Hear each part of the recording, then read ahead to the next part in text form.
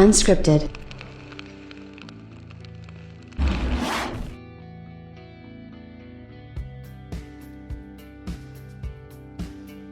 You know, I say this all the time. I say no company is perfect, no company is without flaw, no company is right 100% of the time. And even though I'm really enjoying the heck out of PlayStation 5, those games, I still think that obviously Sony's not perfect either. And so a lot of people just think that I quote-unquote flip-flop or all that kind of stuff. Not exactly the case. You know, I always hold these companies' feet to the fire. Early on last generation, Sony lackluster exclusives, I was on them very hard, just as much as I am Xbox. But again, I never seen anything as bad as what Xbox is doing currently, which is their last AAA exclusive release was in 2019, September 6, 2019. So here we are about to be in 2021, and they haven't released a single AAA exclusive in, you know, going on 16 months, and it looks like it'll be well over 2 years before we finally get Halo Infinite. So yeah, I'm hard on them because, you know what, I think that's BS. I think that's a really bad way to treat your fans, and I feel like that's a really bad way to sort of, especially loyal fans, right? Like, let's just be real. How many of us out there supported Xbox, including myself, through the hard times and all that kind of stuff, you know, stuck with Xbox, and, you know, and for what? I mean, at the end of the day, we basically got kind of crapped on in a big way, and, you know, I just feel like we'll probably never ever get kind of restitution for that. And what I mean by that is we got promised everything, right? We got promised, oh, Phil Spencer promised he'd make up you know, the the situation with Street Fighter 5. He promised this, he promised that. He promises things much like a politician, and much like a politician, he fails to come through with any of that stuff. So yeah, very, very interesting to see how that sort of plays out. But that doesn't, you know, this isn't really about Microsoft. This is about Sony. And no, I'm not on a negative PlayStation kick. I love PlayStation. I love what PlayStation 5 is doing. You know, I just feel like basically this is one of those interesting sort of aspects where you know, I have to talk about something that I feel is a little bit of a negative sort of announcement, negative news about the PlayStation 5. And I bet, you know what, I bet you guys will agree with me, right? Before you get into any of this stuff, I bet you 100% that most of you are going to agree, if not all of you, are going to agree with me on this point. But let's get started, shall we? What's up, everybody? Crapgamer here with Crapgamer Reviews, back with another video. Thank you guys so much for checking it out. I really do appreciate it. Please like, share, subscribe. I would appreciate that. It helps out the channel, and it means a lot to me personally. If you guys are looking for a way to help out my little crummy channel, guess what? The best way to do it? Yep, simple like. That honestly is the best way to do it. So, you know, really just looking for you guys to, you know, show a little bit of support there. I take a lot of time and effort on some of these videos, so would really much appreciate it if you guys would actually go out there and kind of show a little love and support for your boy, Crapgamer. So, yeah, thank you guys very much. You know, with that being said, shout out to all the old subscribers, new subscribers, and everybody in between. You guys really are fantastic, and I really do appreciate each and every one of you. You know, again, PlayStation has made a lot of right decisions so far, just like they did last generation, right? The problem with last generation was that they really lacked those kind of kick-ass games, you know, those exclusives right away. Like, if they would have had those, I think last gen would have been, you know, would have been even better, right? I feel like it would have been huge. It would have been huge. But even with that being said, obviously, we went into this generation not knowing kind of what to expect price-wise for games and stuff like that. And then so the Game Awards came up, and we saw Returnal pop up, and that game actually showed up for a pretty big price point. So if you didn't know what I'm talking about, Returnal, the price is basically $69.99 US dollars, so $70. Now, here's the thing. And I saw an article that was kind of covering this, and I thought it was a good thing to talk about this. But basically, Sony and the PS5 pricing is setting up this game and games like it to fail. Like, same thing with Godfall and some of these other games. Now, I get some of these big, tried and trusted, true games are going to be that price point, right? I think I paid that much for a game or two. And for the big releases, I get it. I think that that's fine. When you have something like Returnal, I think that kind of straddles the line between AA and AAA. So obviously, they controversially raised the first-party prices prior to the generation, and we've all been kind of talking about it. You know, is $70 a lot for a game?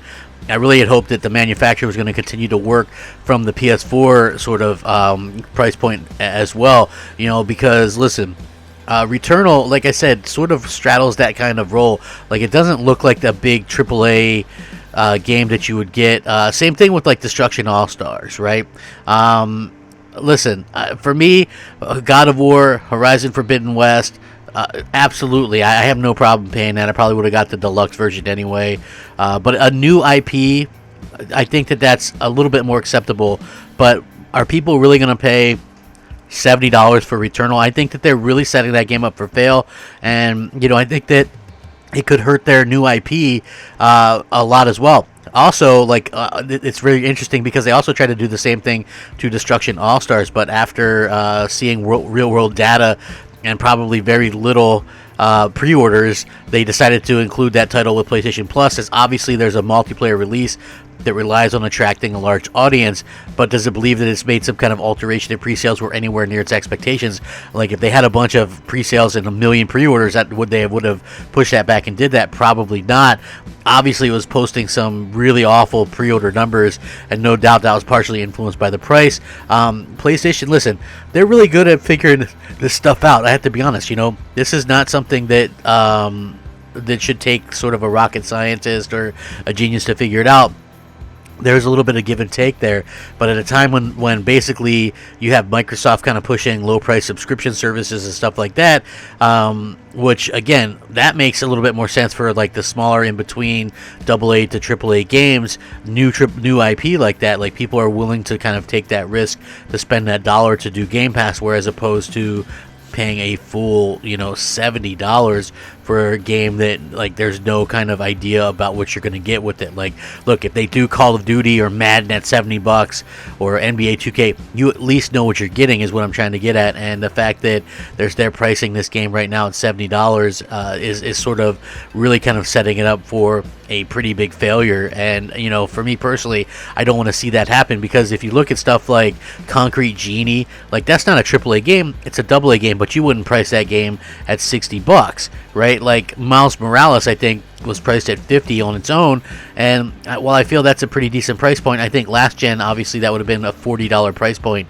for that game. Now, Returnal looks very interesting, it looks very fresh, it looks like a very good idea, a new kind of fresh take on something, and at the same time, we're kind of looking at this, and we're looking at the price point, and we're going, man, that's a high price point. I might not go with that. You know what I mean? I might not go with that price point. So, again, it's kind of a sort of give and take situation where I think Sony is going to have to kind of take a look at what people are really trying to get from their next gen console, right? Like, I truly do think that this is something they're going to have to look at, and they're going to have to go, does the price point need to be looked at and changed? It's not too late to change it.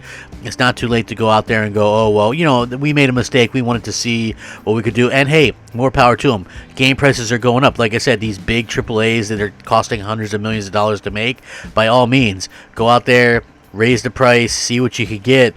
And I don't think most people will care. But when you come to something like this, a brand new AAA IP in a situation where, you know, there's all this kind of stuff going on, we have a pandemic going on, you know, are people going to spend $70 on a new game that looks sort of mid between AA and AAA, and are they willing to go out there and spend all this money on, you know, $70 on an untested game? Like, I don't think that's going to happen, and I think that really does sort of set them up for a little bit of a failure, and I do hope that they kind of rectify that situation. It's not really necessarily all bad. Like, they can certainly do that, obviously. I mean, they made quick changes with Destruction All Stars, and we could see, like, I've already seen price drops on stuff like Godfall, but it just makes sense to go out there and sort of, if you're trying to attract people and you're trying to get people out there to sort of support you in the next generation, you do have to kind of price your stuff accordingly. And I do hope that, honestly,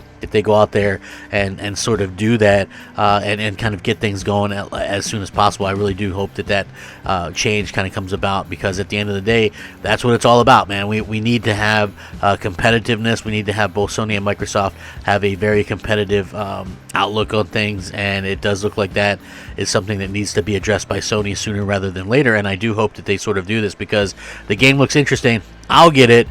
but I get almost every new release. So for me personally, I just kind of look at this and I go, I really do hope that they take a second look at this and kind of understand where I'm coming from and where other people are coming from. It's a sort of a game where people are going to look at it and go, is that really worthwhile for a full, $70 for the Returnal? Like, this isn't Halo, this isn't Gears. Thank you so much for watching one of my videos. I really do hope you guys stay safe, happy, and healthy. Have a fantastic day. Rack 'em up. Game on, my friends. Game on. Crapgamer out.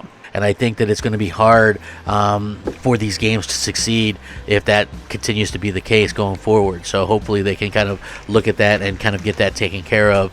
And, I would love to see that happen in the future, because I want to see all these things, all these different pieces of content be successful. And can that really happen at that price point? I'm just kind of doubting it at this particular point in time. So, but I would love your guys' thoughts and opinions on this. What do you think about the price point of games like this?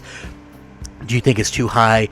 Like, we have to take fanboy goggles off, I think, and look at this stuff and go, I think this is probably wrong and a little bit too high to ask. So let me know what you guys think. Sound off, rate, comment, subscribe. Have a great day. Stay safe, happy, and healthy. Rack 'em up. Game on, my friends. Game on. Crapgamer out. Unscripted.